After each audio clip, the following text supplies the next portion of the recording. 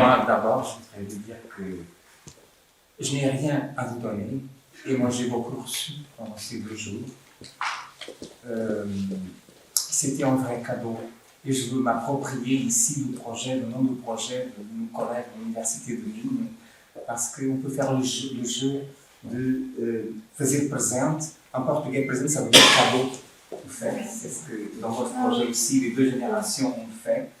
Et je trouve aussi pour nous tous, par rapport à ces 2 jours de colloque, dans l'ensemble et aussi individuellement, c'était un vrai cadeau pour moi qui ne travaille pas sur ces questions, pour être plus conscient en tant que citoyen, en tant qu'éducateur aussi, de cette réalité qui est effectivement la pauvreté. Et aussi, quand je pense au nom de votre réseau dirigé par Gilbert, Présence, donc le mot est très fort, Présence, parce que vraiment, il résonne comme, effectivement, va donner la voix, donc montrer l'invisible et l'inaudible, c'est très très fort. Je pense que c'est ce que vous avez fait pendant ces 2 jours. Et en même temps, il y a déjà quelque chose de très poétique, parce qu'on est dans une autre dimension, dans une autre transformation, déjà dans une idée de transformation, et les arts étaient absolument présents, puisque c'est le sujet quand même de ce colloque, les arts performatifs.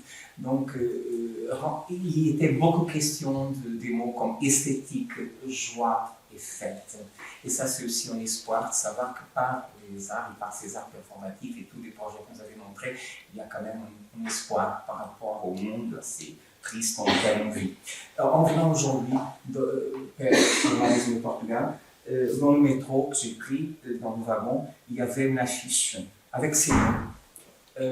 Nous ne luttons pas contre les pauvres, nous luttons contre la pauvreté. Ce sont des mots de l'abbé Pierre prononcés en 1959. Et c'était un hasard. Peut-être qu'ils étaient là, je ne l'avais pas vu avant, mais je les ai vus aujourd'hui. Et donc, ce colloque essaye de nous rendre plus conscients par rapport à tous ces phénomènes. Donc moi j'étais très sensible à tout, je dois vous dire, le sens déjà de l'engagement, de l'engagement de tout le monde, de tous les participants par rapport à leurs travaux qui font dans les divers domaines, dans plusieurs, parce qu'il y a question aussi géographique de plusieurs régions du monde, entre le Portugal, le Brésil, question de l'Italie, la France aussi, qui était ici présente. Donc, ces situations vraiment de grand travail, combativité, et donc, sûrement pour rendre la dignité à ces personnes pour lesquelles la dignité a été volée. Mais il y a vraiment ce travail absolument extraordinaire que vous faites, et j'espère que les politiques puissent vous voir et écouter par rapport aux travaux que vous menez. J'ai été très sensible aussi à toutes les questions. Gilbert nous a présenté hier, parler de multidimensionnalité, je sais pas si ça n'existe peut-être pas, on porte, mais ces différentes approches, que ce soit de genre, que ce soit d'âge, que ce soit de statut social, comment la pauvreté traverse toutes ces perspectives. Donc les questions de symétrie, asymétrie, à laquelle on a été aujourd'hui aussi présent. J'ai été aussi très frappé par, évidemment, les questions de méthodologie, elles étaient très présentes pendant tout le temps, et donc avec toujours cette préoccupation de la grande rigueur, mais aussi la question même, n'est-ce pas? Parce qu'on peut aller aujourd'hui, c'était question aussi par rapport au protocole, nous parlait notre collègue, toujours cette question, comment aborder l'autre, comment aborder la question de la pauvreté. Ça m'a amené moi-même à penser à des choses de mon enfance que j'avais oubliées par rapport à ces mots-là. Ça veut dire pauvre, pauvreté. Donc il y avait aussi cette question de la ressignification des mots. Justement, il y avait aujourd'hui notre collègue qui nous a présenté comment dire la pauvreté. Justement, c'était vraiment une question aussi de revenir les concepts. Et en même temps, il y avait aussi la question de la langue comme espace liberté, grâce espace de lutte, espace de combat, et en même temps espace de création. Et je pense que ça aussi, c'est quelque chose dont nous avons aussi tous très frappés, évidemment, sur la question, évidemment, que vous êtes tous des chercheurs, en même temps tous des artistes, et c'est extraordinaire de réunir ces deux dimensions de façon si claire. elles se renvoient et elles se nourrissent les unes des autres. Ça prend un moment, je te laisse. C'est bourgeois, donc peut-être qu'on va se compléter, peut-être. Bon, je n'ai pas grand-chose à ajouter à ce que je viens de dire. Je voudrais tout d'abord remercier Saïd et Gilbert de m'avoir associé à ce beau colloque. C'est toujours très enrichissant de participer à cette vie de travail collaboratif qui nous permet de participer à des moments tellement riches et plein de vitalité comme celui qui a eu lieu hier à Nanterre et aujourd'hui ici à la Maison du Portugal. J'aimerais rappeler quelque chose qui m'a frappé, c'est le moment de l'ouverture du colloque hier, quand à la table d'ouverture, la représentante de la vice-présidente disait que ce type de colloque répond à une vocation de l'université de participer à un dialogue avec le territoire, la société voilà, c'est aussi le moment pour l'université de se rendre compte que la recherche, elle peut participer, la science, elle peut participer en tant qu'interlocutrice de ce débat de société qui sont là et qui font bouger le monde contemporain. Donc, ce serait la première remarque à faire. J'étais aussi beaucoup interpellé par la dimension épistémologique de la réflexion qui a été développée au cours de ces deux journées. Tout d'abord, la redéfinition du champ disciplinaire. D'où parle-t-on quand on parle de la pauvreté et on essaie d'élargir notre domaine de réflexion aux arts, aux représentations, aux histoires. Donc, il s'agit aussi de libérer une parole, un concept, un dialogue qui a été pris en otage par le champ des sciences économiques et ouvrir ce champ d'interrogation à d'autres disciplines, à d'autres discours scientifiques tels que l'histoire, la sociologie, l'anthropologie, l'histoire culturelle aussi. Donc c'était le premier aspect concernant cette dimension épistémologique. J'ajouterai un autre, le questionnement autour de la terminologie des mots que nous utilisons. Vous avez l'honneur de déjà formuler sa perspective autour de cet aspect-là, mais on a cherché à élargir notre réseau terminologique pour parler de la pauvreté. Donc, on a considéré d'autres mots pour parler de cela. Donc, je rappelle que hier, Guillaume Leblanc avait évoqué la vulnérabilité, la fragilité. Aujourd'hui, nous avons parlé de symétrie, par exemple, mais on pourrait prolonger la liste de mots à partir desquels on pourrait essayer d'élargir ce réseau terminologique. Peut-être une dernière remarque sur les effets de paradoxe d'un discours sur la pauvreté. Donc nous avions vu qu'il y a la question du lieu de parole, qui parle, de qui et de quoi. Est-ce qu'on est légitime pour parler de la pauvreté si on ne partage pas cette condition de personne, de sujet social en situation de pauvreté? C'est une formulation périphrastique qui nous permet de désigner l'objet et les problèmes d'une autre façon. Et il y a aussi la question de l'effet de altérisation de l'autre, de ce sujet social en situation de pauvreté.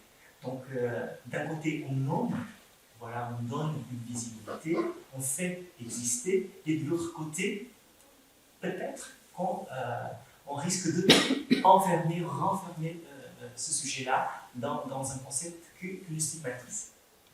Il y a ce temps passe, duquel il faut aussi prendre compte. et conscience. Donc il y a un cadre de réflexion autour des frontières narratives et rhétoriques de ce discours, un discours savant sur une réalité sociale, historique, culturelle. Et je terminerai sur une remarque concernant la représentation de la pauvreté comme un terrain, un lieu de réflexion sur des pratiques artistiques, mais des pratiques de revendication d'une parole qui a le droit d'exister et d'être visible dans l'espace public. Voilà. Merci beaucoup, Pierre.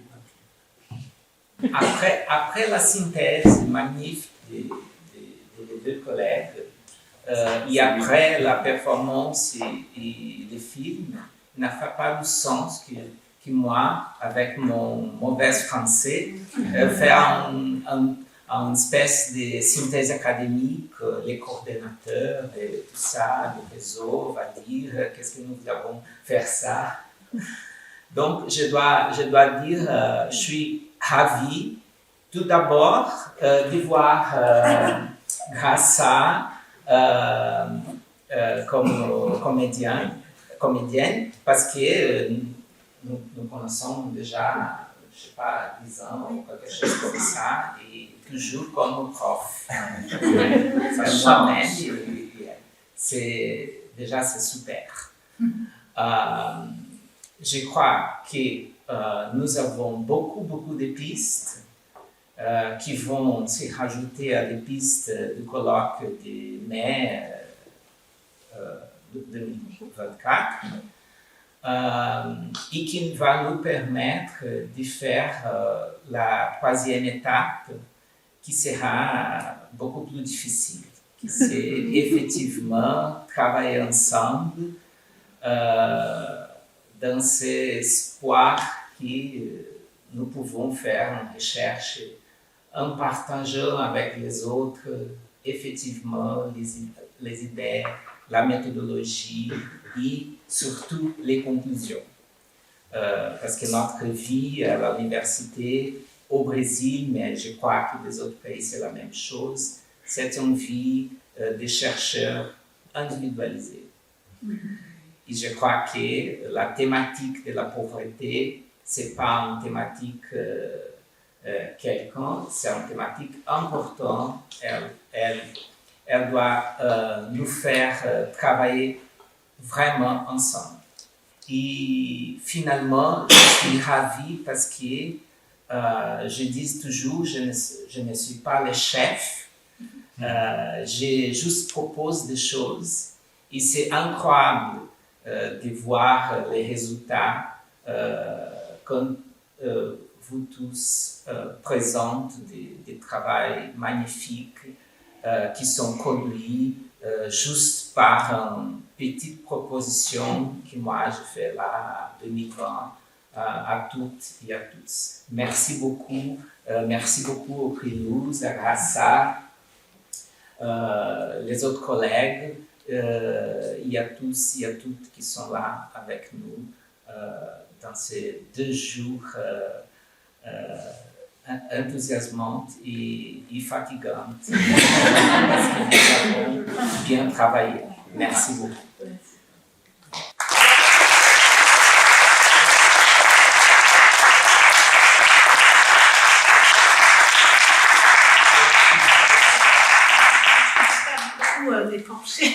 Non, mais tu sais, c'est quand même toi qui es le jardinier de cette belle prairie, n'est-ce pas? Non, c'est toi qui est qui permet cette circulation entre nous, qui est à l'origine de cela, et c'est vraiment toi qui as permis que nous réunissions ici, et sans cela, ça n'existerait pas. Donc c'est très important. Moi, c'est vraiment... ça me fait penser que l'important du présentiel, vous voyez, il est là, c'est-à-dire que si nous n'étions pas là tous en présence, cet événement serait tout à fait autre si on était en distanciel comme on l'a vécu pendant le temps.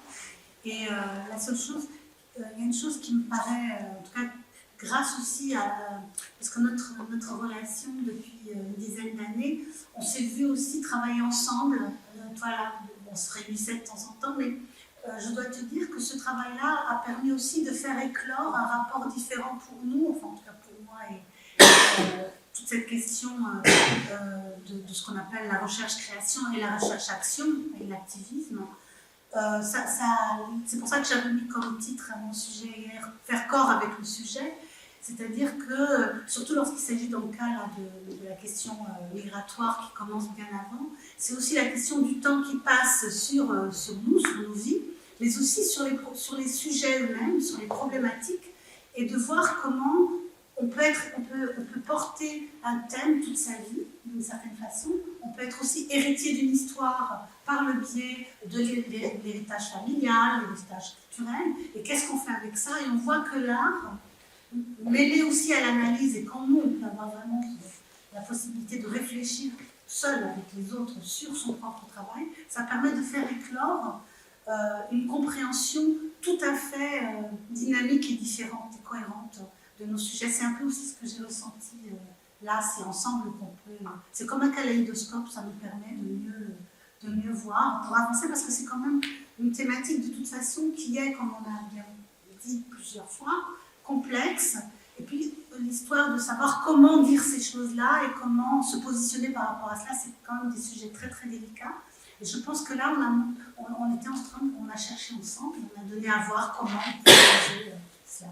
Voilà, mais en tout cas, merci à tous, et c'était vraiment un très très grand bonheur. Et je pense qu'au-delà de tout, je pense que c'est aussi un colloque politiquement fait sens. Et je tiens beaucoup à ce mot-là. Dans le moment que nous vivons, c'est très important de ne pas avoir, on n'est pas dans un temps de pensée complexe, on est dans un temps de pensée souvent binaire. On est dans un temps rapide, on n'a pas le temps de penser, on n'a pas le temps. Et donc là, au contraire, nous, par notre travail, on est dans un temps de questionnement et on avance ensemble. Donc merci beaucoup à tous.